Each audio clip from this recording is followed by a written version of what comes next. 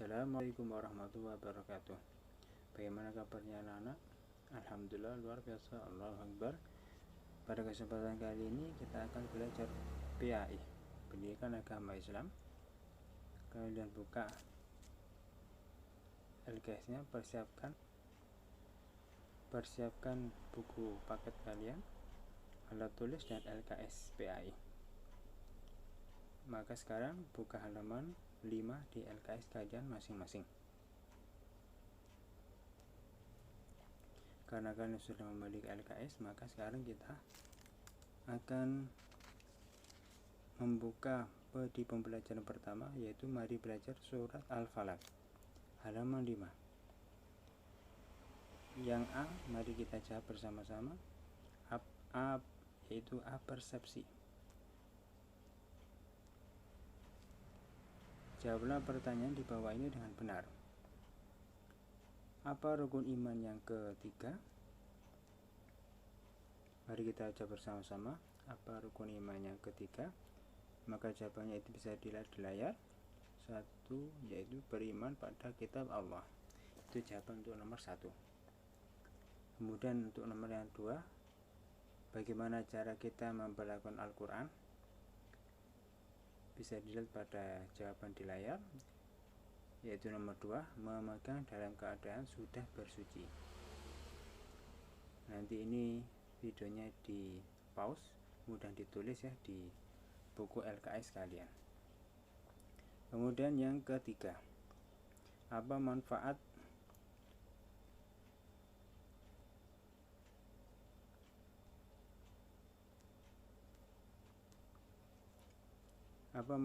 rajin membaca Al-Quran? Maka jawabannya yang ketiga, mendapat pahala, lalu mengerti agama. Yang keempat, apa tujuan Al-Quran diturunkan Allah SWT ke dunia? Yaitu sebagai petunjuk bagi umat manusia. Itu untuk jawaban nomor 4. Yang kelima terakhir, mengapa kamu membaca Al-Quran? Maka jawaban kalian apa? Nanti itu bisa dijawab, bisa dikembangkan jawaban yang ada di layar ya. Nomor 5, anjuran Nabi bagi umat yang untuk membaca Al-Quran. Itu mengapa kamu membaca Al-Quran? Maka jawabannya karena adanya anjuran Nabi bagi umatnya untuk membaca Al-Quran. Ini nanti videonya di pause, kemudian ditulis jawabannya di buku LKS kalian. Kalau misalkan ada jawaban lain atau ada tambahan jawaban, silahkan untuk ditambahkan di buku LKS kalian. Sekarang dibuka pada halaman 6 pada buku LKS. Surat Al-Falaq, yaitu surat Al-Falaq diturunkan di kota Mekah. Terdiri berapa ayat? Ada jumlahnya 5 ayat. Surat Al-Falaq masuk dalam Al-Quran menempati urutan ke-113. Al-Falaq sendiri itu mempunyai arti waktu subuh. Surat Al-Falaq isinya yaitu memerintahkan kepada orang yang beriman untuk memohon perlindungan diri dari segala kejahatan. Kejahatan berupa apa? Kejahatan malam apabila telah gelap gulita, kemudian kejahatan tukang sihir, lalu kejahatan orang yang dengki bila dia itu mempunyai sifat dengki. Itu menjadi isi kandungan surat Al-Falaq. Kemudian iri hati, kalau misalkan kita mengetahui iri hati, kemudian kalau misalkan kita ditanya apa iri hati atau hasud itu, artinya tidak senang dengan melihat orang lain ketika orang lain tersebut mendapat nikmat dari Allah SWT. Jadi sifat dengki itu termasuk sifat untuk merusak atau mengambil nikmat orang lain agar berpindah pada dirinya. Ini termasuk sifat yang jelek. Dan sifat hasud ini termasuk sifat yang perlu dijauhi bagi umat manusia.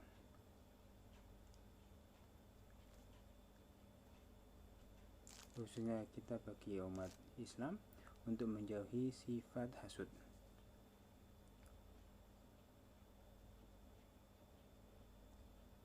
Coba kita baca bersama-sama surat Al-Falaq. A'udzu billahi minasyaitonir rajim. Bismillahirrahmanirrahim. Qul a'udzu birabbil falaq min syarri ma khalaq wa min syarri ghasikin idza waqab wa min syarri naffatsati fil 'uqad wa min syarri hasidin idza hasad. Di pertemuan yang lalu kita sudah membahas untuk artiannya, maka sekarang kita lanjutkan untuk pelajaran kita, yaitu coba kalian buka pada halaman 7 dan 8. Ini menjadi tugas mandiri kalian, yaitu pada halaman 8, 7 dan 8 ya. Itu sudah saya contohkan.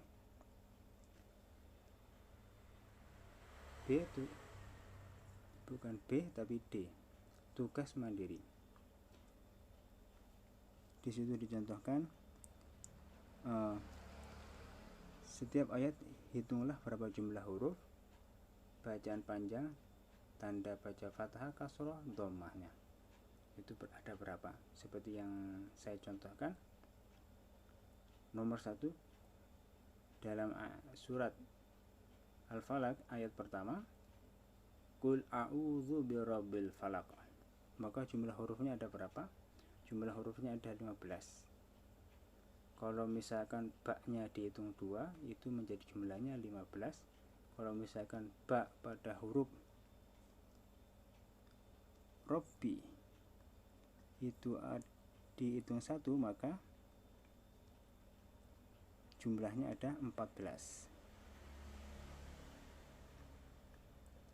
Maka yang kita tulis adalah 15. Hurufnya ada 15. Ada bacaan panjangnya di situ. Di nomor 1 dalam bacaan Qul a'udzu birabbil falaq, bacaan panjangnya tidak ada. Kalau misalkan fathahnya di situ berjumlah ada 4. Letaknya di mana saja? Letaknya ada di a'udzu, a. Kemudian Rabbi, ro-nya. Kemudian falak, fa-nya.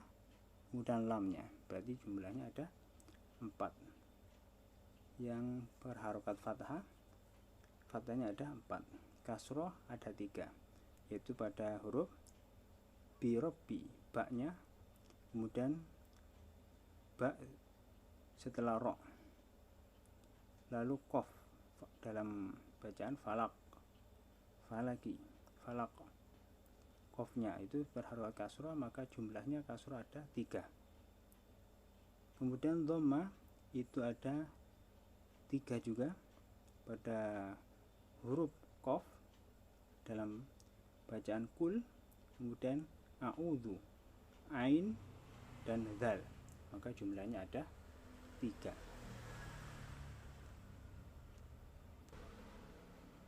Nanti itu dikerjakan di rumah, menjadi tugas mandiri kalian, PR. Nanti dikerjakan, kemudian difoto, lalu dikumpulkan di Google Classroom. Ini menjadi tugas pertama.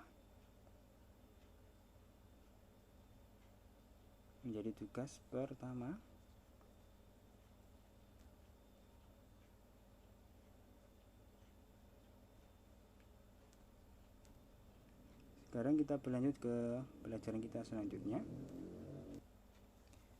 Sekarang kalian buka pada halaman 8 di LKS-nya, yaitu dalam tajwid. Ada di sana pembahasan tentang idhar qamariyah dan idhar syamsiyah. Apa itu idhar qamariyah? Idhar qamariyah adalah apabila ada lam ta'rif, yaitu alif lam al, bertemu salah satu huruf qamariyah, yaitu alif, ba, jim, ha, kha, ain, ghin, fa, kaf, mim, waw, ha, ya. Maka harus dibaca al-qamariyah, artinya dibaca dengan jelas. Kemudian idgham syamsiyah. Apa itu idgham syamsiyah? apabila dalam ta'rif atau al, alif lam itu al, bertemu huruf syamsiyah yaitu ta, dal, zal, ra, zai, sin, shin, shod, dot, ta, dha, lam, nun, maka harus dibaca dengan idgham syamsiyah, dibaca yaitu seakan-akan lebur atau dibaca di huruf setelah al. Contohnya itu at-tilmizu, ats-tsaubu.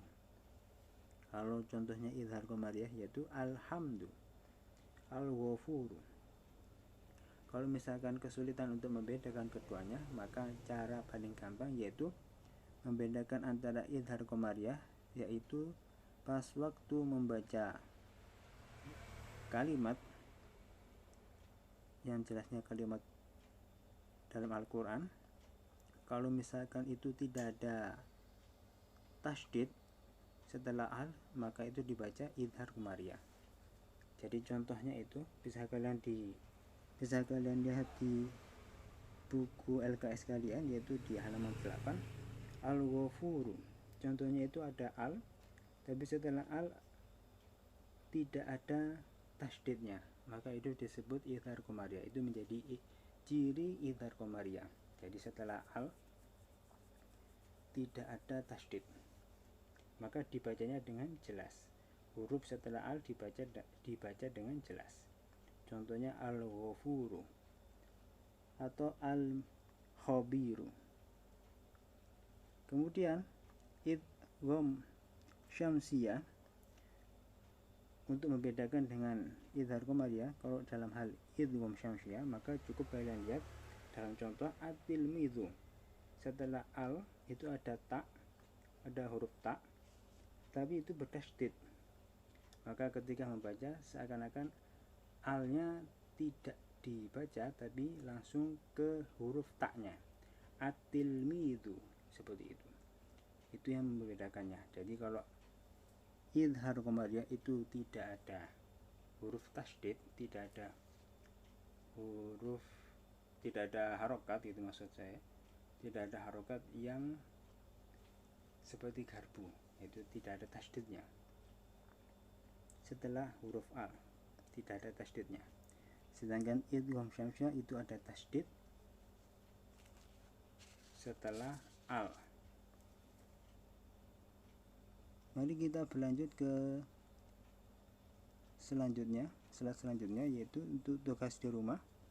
Bisa kalian lihat pada halaman 10, kalian buka sekarang halaman 10 sampai halaman 11 dan 14. Pada halaman 10 itu menjadi tugas kalian. Yang kedua yaitu menulis Quran surat Al-Falaq. Yang H ya, kajian materi, menulis surat Al-Falaq.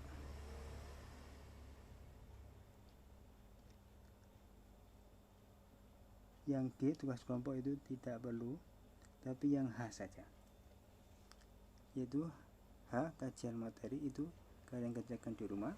Kemudian pada halaman 11 sampai 14 yang ada tulisan uji kompetensi, yang bagian pertama dan kedua, kecuali yang ketiga. Kalau yang ketiga di halaman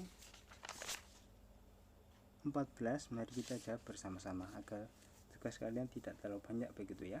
Jadi ini menjadi tugas kedua kalian, tugas di rumah, yaitu pada halaman 10 H, yang H, kajian materi, dan halaman 11 sampai 14 uji kompetensi bagian 1 dan 2.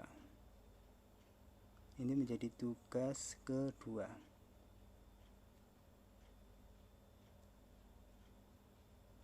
Untuk nanti difoto, dikerjakan, difoto, kemudian dimasukkan, dikumpulkan di Google Classroom. Untuk jawaban uji kompetensi yang bagian ketiga, mari kita jawab bersama-sama. Kalian buka pada halaman 14. Kalau yang uji kompetensi yang bagian pertama dan kedua, kalian kerjakan di rumah. Kemudian yang halaman 14 ini, mari kita baca bersama-sama. Jawablah pertanyaan di bawah ini dengan jawaban yang benar. Nomor 31, Qul a'udzu birabbil falaq. Apa arti ayat di samping? Maka itu jawabannya di yang pertama, artinya yaitu katakanlah aku berlindung kepada Tuhan yang menguasai subuh atau fajar. Kemudian yang kedua, apa isi kandungan surat Al-Falaq? Maka jawaban singkatnya yaitu berupa perlindungan Allah SWT dari segala kejahatan di sekitar kita. Kemudian yang nomor 33, apa arti hasud? Maka jawabannya adalah iri hati. Nomor 34, mengapa sifat hasud dilarang oleh Allah SWT? Maka jawabannya di situ di layar sudah saya tulis ya, karena itu merupakan sifat jelek yang perlu dijauhi. Kemudian yang terakhir, salina ayat di bawah ini lengkap dengan harokatnya yang benar, maka itu tinggal disalin saja. Bacanya a'udzubillahi minasyaitonirrajim, bismillahirrahmanirrahim, wa min syarrin naffatsati fil 'uqad, wa min syarri hasidin idza hasad. Baik, kita akhiri sampai di sini. Sekian dari saya. Subhanakallahumma bihamdika asyhadu an la ilaha illa anta astaghfiruka wa atubu ilaik. Assalamualaikum warahmatullahi wabarakatuh.